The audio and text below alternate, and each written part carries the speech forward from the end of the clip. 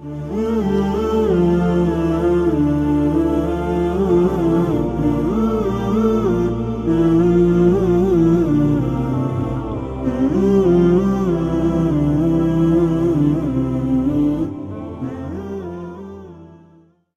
ورحمۃ اللہ وبرکاتہ۔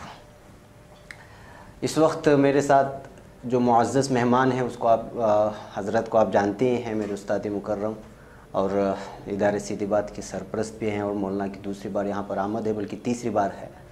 اور چونکہ مولانا اس وقت پھر جلسہ میں جانا ہے تو مولانا کا ماننا ہے کہ جو ہے جلدی سے سوالات کریں۔ اس وجہ سے جو ہے اس وقت سوالات تو ذہن میں بہت زیادہ ہیں، اس لیے کہ جو ہے ملک ہند کی بھی جو سیاسی حالات ہیں وہ بھی بہت ناگزیر ہیں، اور عالم اسلام کی بھی بہت سی ناگزیر ہیں، اور مولانا لگاتار اسی موضوع پر بیانات بھی دے رہے ہیں۔ لہٰذا میں اسی تعلق سے کچھ ہٹ کر کے مولانا سے سوالات کروں گا بغیر تمہید کے، اس لیے کہ وقت کا بچا ہو سکے۔ تو مولانا اس وقت آپ کے سامنے جو ہے ہندوستان کے حالات ہیں۔ میرا پہلا سوال ہندوستانی حالات پر یہ ہوگا، اس لیے کہ کاس گنج کے جو فسادات حال ہی میں پیش آئے، اس کے بعد جو ہے پاکستانی نعرے لگائے، بلکہ یہ تو یہ تھا کہ جو ہے بھگوا اور ترنگا کے آپس میں ٹکراؤ تھا، لیکن اس میں مسلمانوں کو پیسا گیا۔ تو ایسے حالات میں آپ کیا کہنا چاہتے ہیں امت مسلمہ کے؟ ہندوستان کے حالات ایک وہ تھے جو انگریزوں کے دور میں تھے، جب ڈیوائیڈ اینڈ رول کی پالیسی شروع کی گئی۔ جو دور یہاں مسلمانوں کی حکومت کا گزرا ہے وہ سب سے زیادہ پرامن دور رہا، جس میں کبھی بھی عوام کو نشانہ نہیں بنایا گیا، کبھی بھی سویلینز کے خلاف کوئی قدم نہیں اٹھایا گیا۔ جنگ ہوئی تو حکومت اور حکومت کے درمیان ہوئی۔ انگریز جب یہاں پر آئے وہ غاصب تھے، انہوں نے اس ملک کو لوٹا اور اس ملک میں مذہبی تفریق، برادری کی تفریق پیدا کی۔ یہ جو صورتحال تھی، جب اس ملک سے انگریزوں کو نکال باہر کیا گیا اور مشترکہ جدوجہد کے ذریعے ایسا کیا گیا، تو امید یہ تھی کہ 1947 میں آزادی کے بعد اور 1950 میں اس ملک کے جمہوری نظام کی نمائندگی کے بعد کہ اب فساد نہیں ہوگا، اب آپس میں جھگڑا نہیں ہوگا۔ لیکن یہ بڑا المیہ ہے کہ کہا جا رہا ہے کہ 25 سے 30 ہزار فسادات 1947 سے آج تک ہو چکے ہیں۔ اس لیے مسئلہ کاس گنج کا ہی نہیں ہے، جمشید پور کا، راول کیلا کا، مراد آباد کا، میرٹھ کا، گجرات کا، بمبئی کا، کہاں کا نہیں ہے۔ ہر طرف زخم ہی زخم ہے، ناسور ہی ناسور ہے، خون ٹپک رہا ہے۔ اور اب تو صورتحال کسی ایک علاقے میں فساد کی نہیں رہ گئی، اب تو صورتحال یہ ہے کہ کہیں پر بھی کسی کو پکڑ لیا، الزام لگا دیا، دوڑا دوڑا کے مارا، لوہے کے راڈوں سے مارا۔ یہ وہ صورتحال ہے جو جنگل کے درندوں کے درمیان بھی نہیں ہوتی۔ تو اس لیے بہت سوچنے اور سمجھنے کی ضرورت ہے۔ ٹینشن کا علاج ٹینشن سے نہیں ہوتا، شدت کا علاج شدت سے نہیں ہوتا۔ ہمارے نبی حضرت محمد صلی اللہ علیہ وسلم نے مکہ مکرمہ میں ہم کو جو نمونہ عطا فرمایا کہ شدت کا علاج نرمی سے ہوتا ہے، پتھر کا علاج پھول سے ہوتا ہے، بددعا یا لعنت کا علاج دعا سے ہوتا ہے۔ یہ جو سیرت نبوی ہے، اور ظاہر ہے کہ مسلمانوں کے لیے یہی نمونہ ہے۔ مسلمانوں کو چاہیے کہ وہ ہر حالت میں اپنے اخلاق کا اظہار کریں، ہر حالت میں وہ اللہ کی وحدانیت پر، نبی کی رسالت پر اور آخرت پر یقین رکھیں، ہر حالت میں وہ انسانیت کے فروغ میں لگے رہیں، ہر حالت میں وہ اس کو مانیں کہ وہ اللہ کے بندے ہیں اور ایک باپ اور ایک ماں کے بیٹے اور بیٹیاں۔ یہ بات جتنا زیادہ عام ہوگی اور اس کے لیے جتنی محنت ہوگی اور آپس میں ملنا جلنا ہوگا اور بھید بھاؤ ختم کیا جائے گا، حالات اسی سے درست ہوں گے۔ کسی ریلی سے، کسی احتجاج سے، کسی میمورنڈم سے حالات نہ پہلے درست ہوئے نہ اب درست ہوں گے۔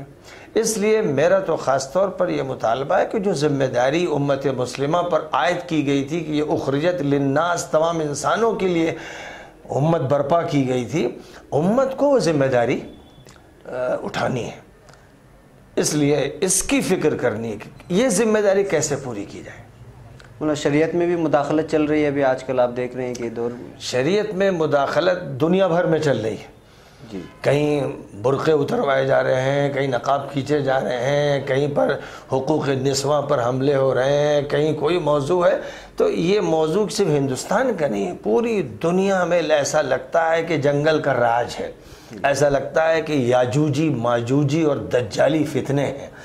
تو اب جب اس طرح کی صورتحال ہو تو مسلمانوں کو جو حکم دیا گیا ہے قرآن پاک میں، حدیث نبوی میں، سیرت سے جو نمونہ ہمارے سامنے آیا ہے، ہمیں چاہیے کہ ہم اس پر پوری توجہ مرکوز کریں اور اس بات کی کوشش کریں کہ ہمیں قوموں کی تعمیر کرنا ہے، ملکوں کی تعمیر کرنا ہے، اور اپنے اس ملک کی اور یہاں کی ملت کی اور یہاں کی اقوام کی تعمیر کرنا ہے۔ ہم کنسٹرکشن کے لیے ہیں، ڈسٹرکشن کے لیے نہیں، ہم تخریب کے خلاف ہیں۔ اس لیے اس سلسلے کی جو بھی جد و جہد ہے وہ پوری ہونی چاہیے۔ مولانا یہ تو آپ نے ساری بات ایک ہی بات میں بتا دی کہ اخرجت للناس جو ہے وہی ایک اس کی ایک راہ نکل جاتی ہے کہ جو ہم لوگ پیام انسانیت کا جو ہے سبق پورے دنیا میں عام کریں۔ مولانا لیکن ایک اور یہاں پہ سوال ہے کہ جو ہے مجھے سمجھ میں نہیں آ رہا ہے کہ بیت المقدس کا یہ جو حالات پیدا ہوئے ٹرمپ کے اعلان کے بعد، یہ کہاں جا کر کے رکیں گے؟ دیکھیے، جو اس وقت کی صورتحال شہر القدس کی ہے اور بیت المقدس کی ہے، مسجد اقصیٰ کی ہے، بڑی ہنگامی ہے اور بڑی خطرناک صورتحال سے دوچار ہے۔ 1948 میں اسرائیل کی مملکت کا قیام ہوا اور 1917 میں برطانیہ کے وزیر خارجہ نے یہودیوں سے یہ وعدہ کیا کہ ناجائز قبضہ کی ہوئی زمین فلسطین پر تمہیں آباد کر دیں گے۔ تو حکومت حرام بات سے، حرام نقطہ نظر سے پیدا ہوئی، تو بنت الحرام حکومت ہے، اور جو لوگ بھی اس کو تسلیم کرنے میں شریک رہے وہ سب وہ لوگ ہیں جو ناجائز تعلقات اور ملاپ کی اولاد ہیں۔ جرائم میں سب شریک ہیں، دنیا کا بڑا حصہ شریک ہے، لیکن ٹرمپ کے آنے کے بعد ایک نیا رخ سامنے آیا کہ اس نے یہ اعلان کر دیا کہ اب شہر القدس جس کو وہ یروشلم کہتے ہیں اس کو بھی پامال کر دیا جائے گا، اس کی عزت اور احترام کو بھی ختم کر دیا جائے گا۔ تو جب یہ اعلان کیا گیا کہ اسرائیل کا کیپٹل وہاں قائم کیا جائے گا تو مسئلہ صرف کیپٹل کا نہیں ہے، مسئلہ یہ ہے کہ اس شہر کی عزت کو تار تار کر دیا جائے گا۔ بڑی اچھی بات ہے کہ UNO میں امریکہ کو ذلت اٹھانی پڑی، 128 ملک فلسطین کے ساتھ کھڑے ہوئے، اور 9 ملکوں کا جو ذکر کیا گیا کہ امریکہ کے حق میں انہوں نے ووٹ دیا، وہ سب امریکہ کی چھوٹی چھوٹی کالونیاں ہیں، ان کی اور کوئی حیثیت نہیں۔ اس لیے یہ فیصلہ مجرمانہ بھی ہے، ظالمانہ بھی ہے، اور ایک ایسا فیصلہ ہے جس نے تاریخ کو نیا موڑ دینے کی کوشش کی ہے۔ اب جو کچھ بھی پہلے ہوا اور جو ابھی بھی ہونے جا رہا ہے وہ دھاندلی کی شکل ہے، یعنی جس کو دادا گیری کہتے ہیں اور غنڈہ گردی کہتے ہیں، یہ امریکہ کی غنڈہ گردی ہے، اسرائیل کی غنڈہ گردی ہے، اور جو لوگ بھی اسرائیل کے ساتھ شامل ہیں، اسرائیل سے خفیہ ملاقاتیں کرتے ہیں یا کھل کر ملاقاتیں کرتے ہیں، وہ اس میں شامل ہیں۔ تو حالات بظاہر بگڑتے نظر آ رہے ہیں، مزید بگڑیں گے، کیونکہ ان کی نیت یہ ہے کہ فلسطینیوں کو یروشلم سے القدس سے نکال دیا جائے، بلکہ فلسطین سے نکال دیا جائے، اس کی پلاننگ چل رہی ہے۔ تو اب کون روکنے والا ہے؟ مشکل یہ ہے کہ کوئی دوسری ایسی سپر طاقت نہیں ہے کہ جو روک سکے، اس لیے ڈر اسی کا ہے کہ بھائی جو گنڈے بھی مسلط ہو گئے ہیں وہ دھیرے دھیرے کامیاب ہوتے چلے جائیں گے اور وہ لوٹتے جائیں گے، ڈکیتی مارتے جائیں گے۔ ہماری حکومتیں تماشا دیکھیں گی یا ان کے تلوے چاٹیں گی یا ان کو نذرانہ پیش کریں گی؟ ہماری حکومتوں کا یہ رویہ چلا آ رہا ہے کہ کوئی بھی آزاد حکومت نہیں، کوئی طاقتور حکومت نہیں ہے، سوئی بھی چاہیے تو باہر سے ان کو چاہیے، گوشت بھی چاہیے تو مانگا ہوا چاہیے۔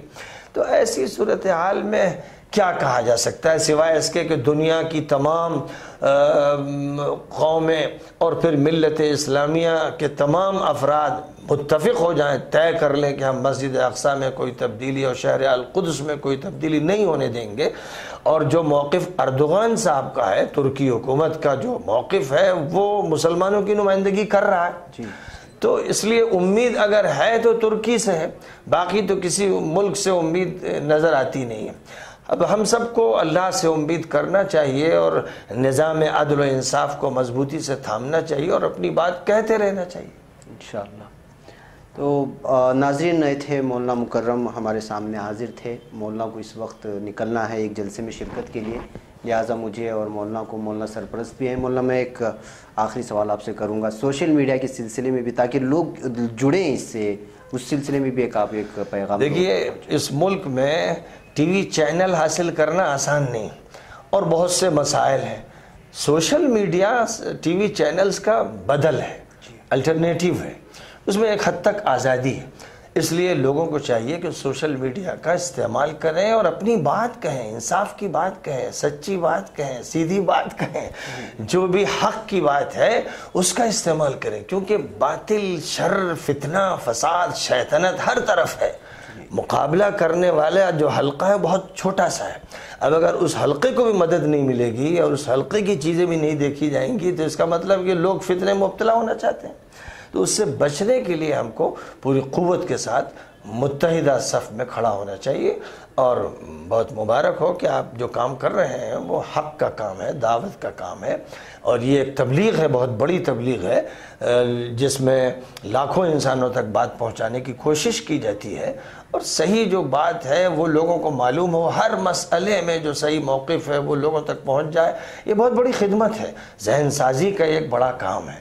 اس لیے میں دعا کرتا ہوں کہ اللہ تعالیٰ آپ کو کامیاب فرمائے اور مزید کامیابیاں عطا فرماتا رہے.